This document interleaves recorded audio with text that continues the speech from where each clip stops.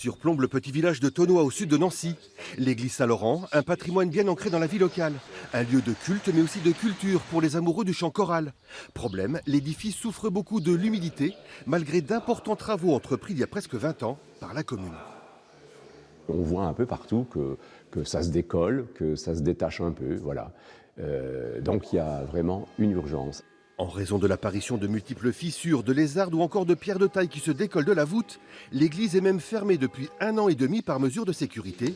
La petite commune de 700 habitants manque cruellement de fonds pour tout remettre en ordre.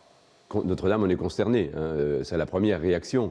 Puis ensuite, quand le lendemain, on voit tout cet argent qui ruisselle sur pour éteindre l'incendie et pour reconstruire l'église, on se dit c'est bien, et puis on est content, évidemment. Et après, on pense à son église, et c'est là qu'on prend peur, en se disant, mais pourvu que les gens de Thonois n'aillent pas donner de l'argent pour la reconstruction d'une cathédrale qui n'en manquera pas, alors qu'il y a une église ici qui n'attend que ça. D'où l'idée de lancer une cagnotte sur un site de financement participatif. Rien à voir avec les sommes récoltées pour Notre-Dame de Paris.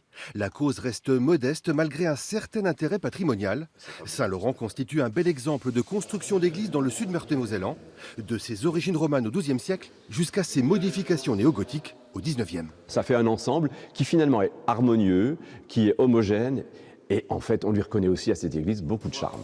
Entretenir et sauvegarder le patrimoine en milieu rural, un vrai casse-tête aux accents de fracture culturelle. Nous, avec nos petits édifices, nos petites églises, on continue, entre guillemets, j'oserais dire presque, excusez-moi le terme, mais à ramer. On rame pour essayer de conserver nos églises dans le rural. Pour trouver une solution, la municipalité a décidé de faire appel à un architecte spécialisé. Son évaluation est attendue dans quelques mois.